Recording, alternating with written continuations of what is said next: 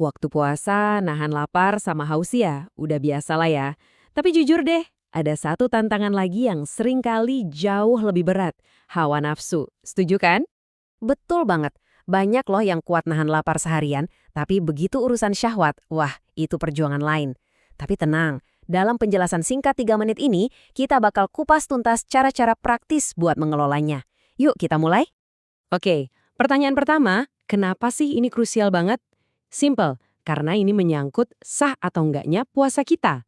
Jadi paham aturannya itu udah langkah pertama yang paling penting. Aturannya itu sebetulnya jelas banget kok. Kalau maaf, keluarnya air mani itu disengaja, ya udah puasanya batal. Tapi kalau nggak disengaja, contohnya mimpi basah, puasa kita tetap sah dan bisa lanjut terus. Jadi kuncinya tuh ada di niat dan kesengajaan. Oke, sekarang kita masuk ke intinya nih. Ada 5 jurus praktis yang juga didukung sama saran-saran dari ahli kesehatan buat bantu kita mengendalikan diri. Semuanya sederhana dan bisa langsung kita praktekkan hari ini juga. Kita mulai dari jurus yang pertama ya. Jurus pertama, teknik pernapasan. Kelihatannya sepele ya, tapi ini ampuh banget. Pas pikiran mulai kemana-mana, coba cari tempat tenang, duduk yang nyaman, terus tarik napas panjang lewat hidung, tahan sebentar, lalu hembuskan pelan-pelan. Ini cara ilmiah buat menenangkan sistem saraf kita. Kedua, alihkan energinya. Daripada terkurung dalam pikiran negatif, mending salurkan ke hal yang positif. Bisa dengan olahraga ringan, sibuk nyiapin menu buat buka puasa, atau secara sadar coba deh pikirin hal-hal yang bikin kamu bahagia. Ini soal ngontrol fokus aja kok. Jurus ketiga, ganti godaan dengan kegiatan spiritual. Pas hasrat itu muncul, coba deh langsung buka Al-Quran, dengerin kajian atau belajar ilmu agama.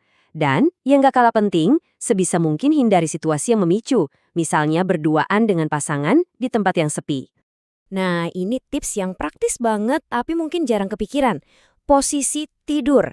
Ada penelitian yang bilang kalau tidur tengkurap itu risikonya lebih tinggi untuk menyebabkan rangsangan fisik yang nggak disengaja. Jadi, memilih posisi tidur yang tepat itu bisa sangat membantu. Dan yang kelima, meditasi. Coba deh sebelum tidur atau pas godaan lagi kuat-kuatnya, luangkan waktu sebentar buat meditasi.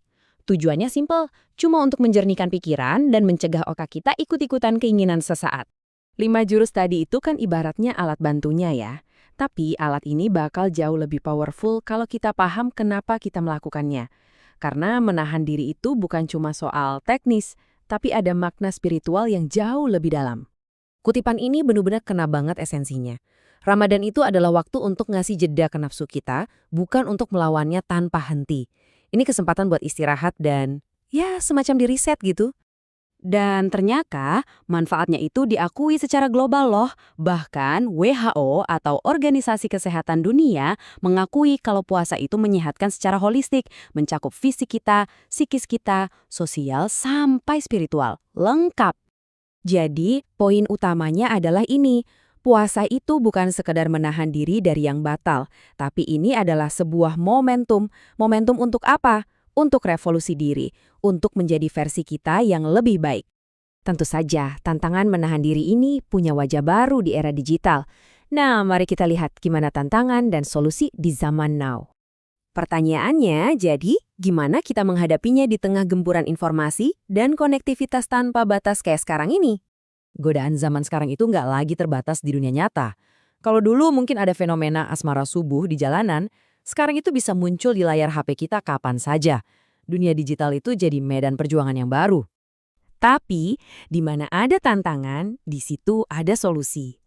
Era digital juga melahirkan dakwah digital sebagai penolong.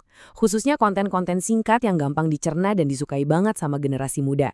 Contohnya, podcast seperti Kultum Menit, Tadabbur Daily, atau Kelas Akhirat bisa jadi teman perjalanan spiritual kita. Mereka nawarin ilmu dalam format yang fleksibel, bisa didengerin kapan aja, di mana aja, bahkan tanpa harus lihat layar. Nah, sebagai penutup, mari kita sama-sama renungkan ini. Kalau puasa adalah sebuah momentum untuk revolusi diri, perubahan fundamental apa sih yang ingin Anda mulai? Dari dalam diri Anda pada Ramadan kali ini? Coba deh dipikirkan.